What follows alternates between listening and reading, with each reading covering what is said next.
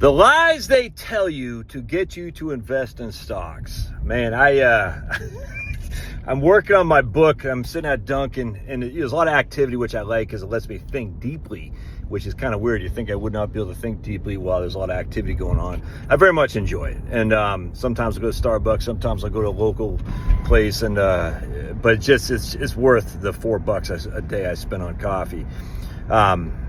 Anyway, it occurred because I'm running these numbers, going back to 1871, and I just we really don't have any data for bonds going back to 1871, but we do have data on the stock market. Isn't that weird? Very weird. Why do we only really have the data for the bond market starting in 1926, all right, which was the beginning of the, basically 1913 was the Federal Reserve came along.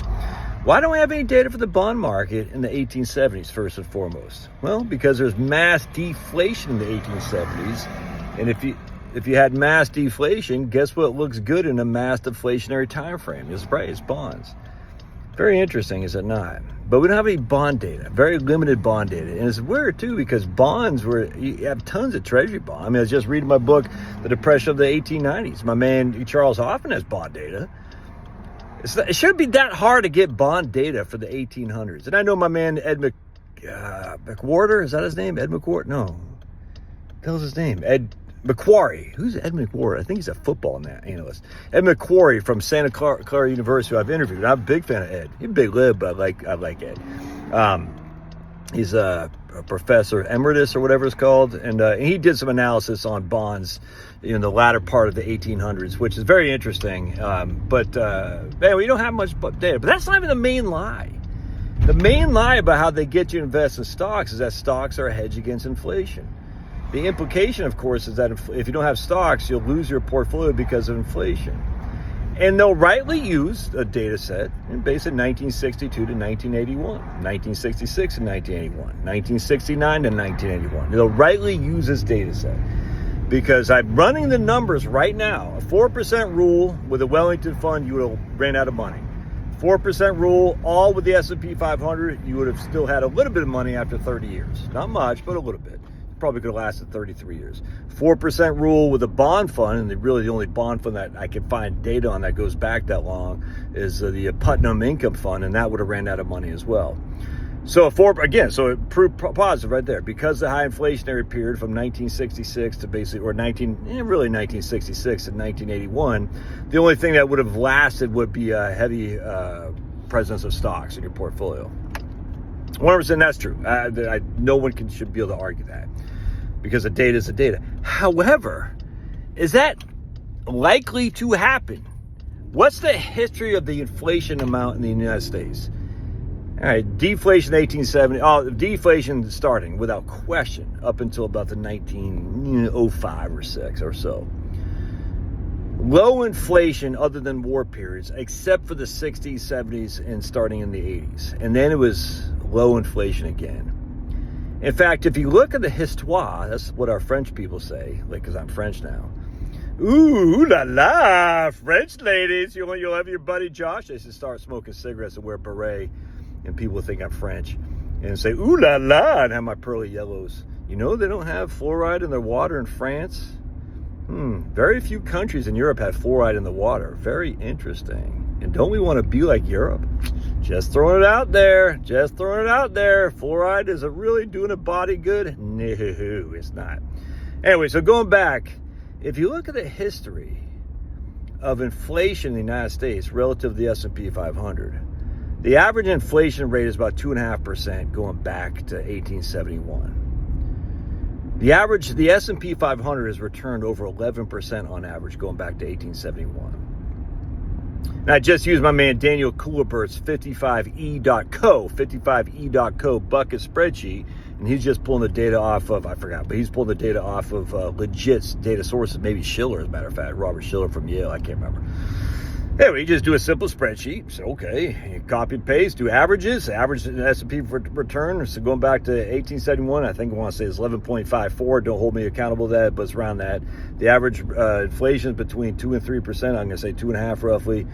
So your average alpha relative to inflation, or delta, whatever it's called, the average performance of S&P 500 over inflation. Now, average, you can't really use this, but yeah, I'm gonna, is basically 9% above inflation as the S&P 500.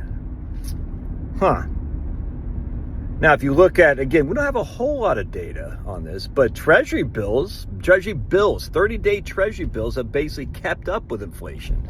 In fact, if you do the averages, have beaten inflation by about 25 basis points.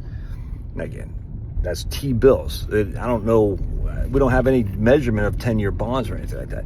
The point being is, if you take out 1966 to 1981, while stocks are a hedge against inflation, absolutely, they're an extraordinary hedge against inflation, which comes with extraordinary up and down that a lot of people can't stomach. And they could have been able to sleep better at night if they had more predominant portfolio with bonds. They would have kept up with inflation and reduced the volatility of their portfolio. Now, they might not have grown as much, I grant you, but is growth what everybody's shooting for? Not when you're retired, I'm telling you right now. And I'm just telling you, so we run the numbers and we say, okay, stocks did better unequivocally in the years of high inflation because the bonds got smoked. But inflation, high inflation, is the exception, not the rule in the United States economy. It just is. And bonds do great in deflation and do relatively well in low inflation. Stocks do great in low inflation. There's no getting around that. Stocks did better relative to bonds in high inflation, but not great. I'll tell you right now.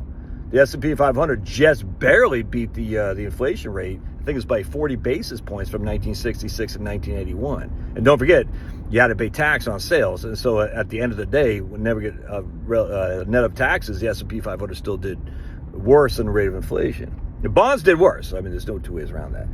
But that was the exception, not the rule. So how many people invested in stocks because they felt they had to as a hedge against inflation?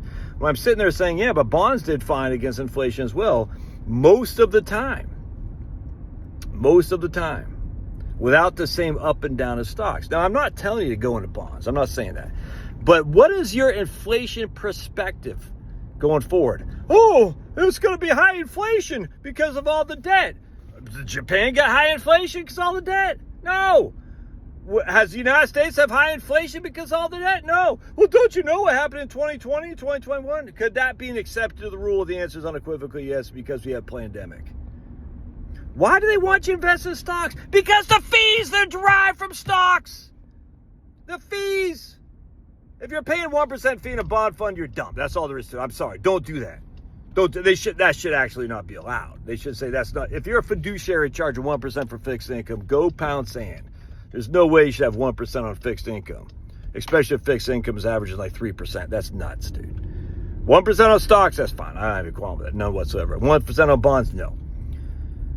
50 basis points on bonds, 1% on stocks, that's fine. But anyway, they get paid on the growth of your portfolio. Bonds don't have any growth, by the way. I mean, that's the whole thing with bonds. They're fixed income, fixed rate of return. As long as the bond matures, you'll get your money back. It's just that simple. Bond doesn't mature, you don't get your money back. But the bonds mostly mature, absolutely. The bonds get walloped at high inflation, absolutely. The bonds do decently in low inflation, yep. The bonds do great in deflation, 100%. What's going to happen in the future? Low population growth, massive amounts of debt. Debt is deflationary inherently. And then you can just look at the evidence across the world. Are we inflationary societies or in deflationary societies or low inflation? The answer is unequivocally low inflationary. Now, you can challenge me on this, that's fine. But they want you to think about stocks are the only hedge against inflation, and they're going to give you the scenario like, look what happened in 1966. And you're like, oh yeah, I got to avoid that. Is that likely to happen again? I don't think so. God bless. We'll see you.